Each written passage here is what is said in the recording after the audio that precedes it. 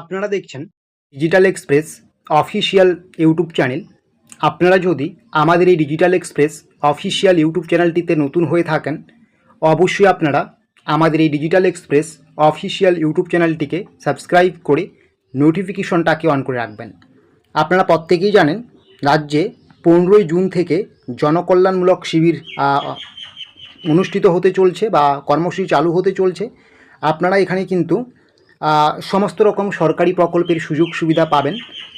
PM Kisan Samman থেকে শুরু করে অন্নপূর্ণা যোজনা থেকে শুরু করে আরও অনেক রকম সুযোগ সুবিধা রয়েছে। প্রায় 50টির বেশি প্রকল্পের সুযোগ সুবিধা পাবেন, নতুন করে আবেদন করতে পারবেন বা আপনার কোনো সমস্যা হলে সেই সমস্যার সমাধান কিন্তু এই জনকল্যাণমূলক শিবিরে গিয়ে আপনারা কিন্তু সেটা সমাধান করতে পারবেন।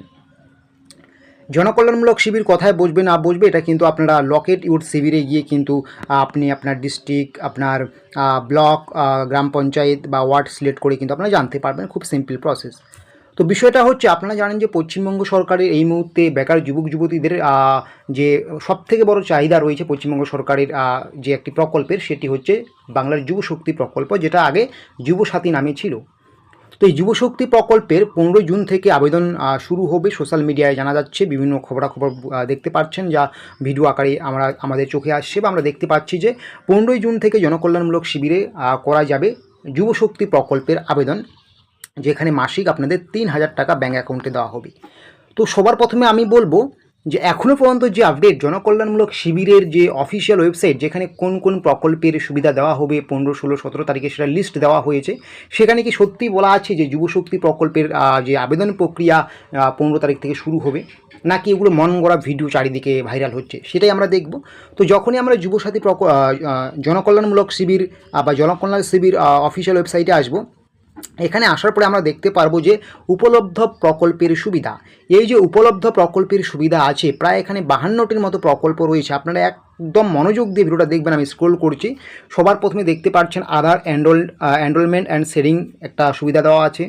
এগ্রিকালচার বা AIF এর সুবিধা দেওয়া আছে। অন্নপূর্ণা যোজনা, অটল পেনশন যোজনা, এরকম বিভিন্ন রকম যোজনা দেওয়া আছে, আপনারা দেখতে পারবেন।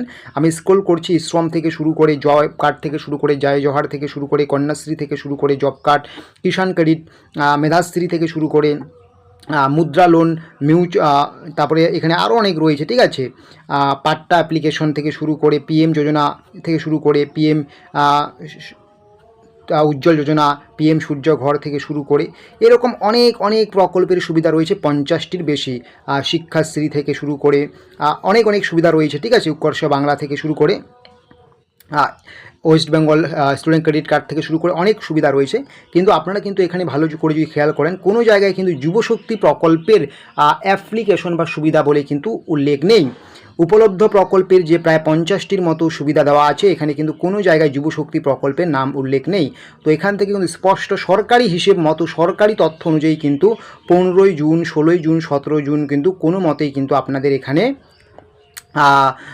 যুবশক্তি প্রকল্পে আবেদন হওয়ার সম্ভাবনা নেই।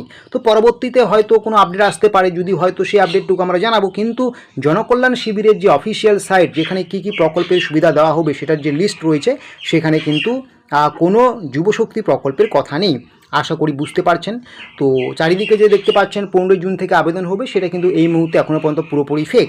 তো এরকমের ছোটো বড়ো তথ্য বা আপডেটসগুলো পাওয়ার জন্য অবশ্যই আপনারা আমাদের এই ডিজিটাল এক্সপ্রেস অফিসিয়াল ইউটিউব চ্যানেলটিকে সাবস্ক্রাইব করে নেবেন, এবং আপনাদেরকে নিয়ে আমাদের যে ডিজিটাল এক্সপ্রেস অফিসিয়াল ফেসবুক পেজটি রয়েছে, অবশ্যই যুক্ত হয়ে যাবেন।